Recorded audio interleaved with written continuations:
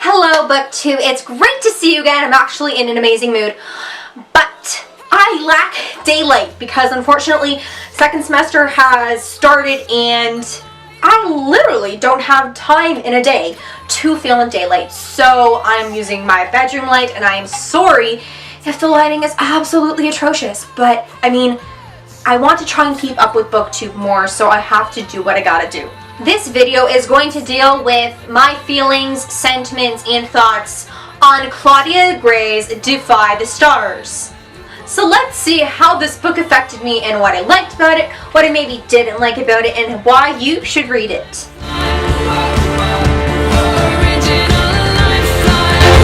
Time for honesty hour. When I first started reading this book, I was slightly unsure. Ben, please stop touching the camera. Yeah, that's my cat. Thanks, bub. So, I was unsure about it.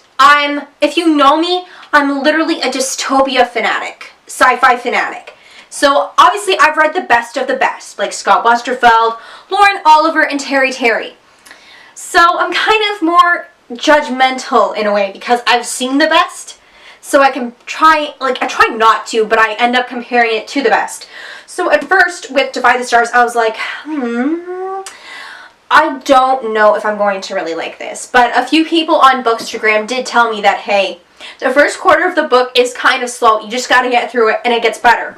And they were absolutely right. The book does get better. And then I ended up loving it and I rated it 4 out of 5 stars. Instead of me telling you what the book is about, because I tend to ramble and repeat myself, I'm going to read you the blurb instead because I find this will be more effective so that you can, kind of act like you're in a bookstore and you're reading the blurb yourself. Okay.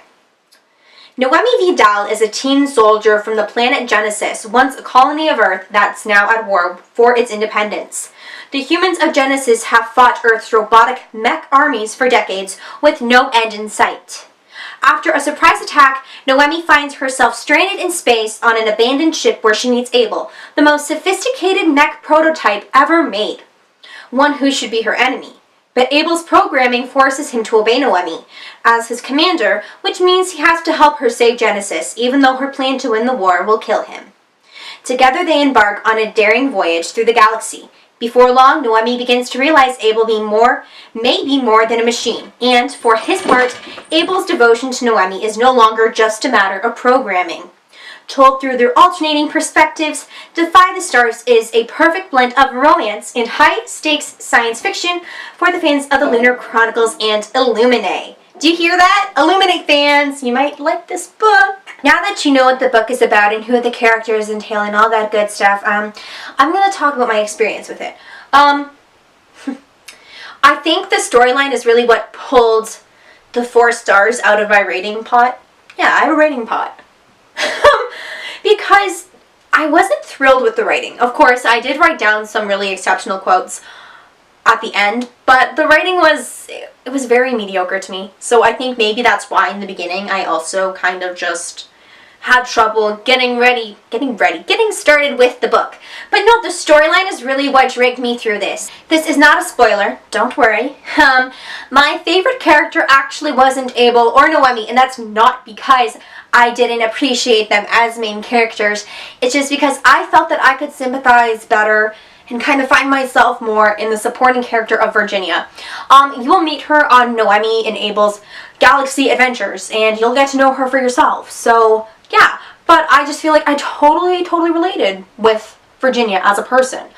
So I recommend this book, obviously, for anyone age 13 and up who loves sci-fi, young adult, dystopia, romance, humor, drama, all that good stuff. It's a great read. Yeah, I would definitely recommend this, and I am going to read it again. Well, thank you so much for listening. If you would like to know more about BiblioVirgo and my reading and writing journey, follow me on Instagram at biblio.virgo. Thank you so much again, loves. Have a great one.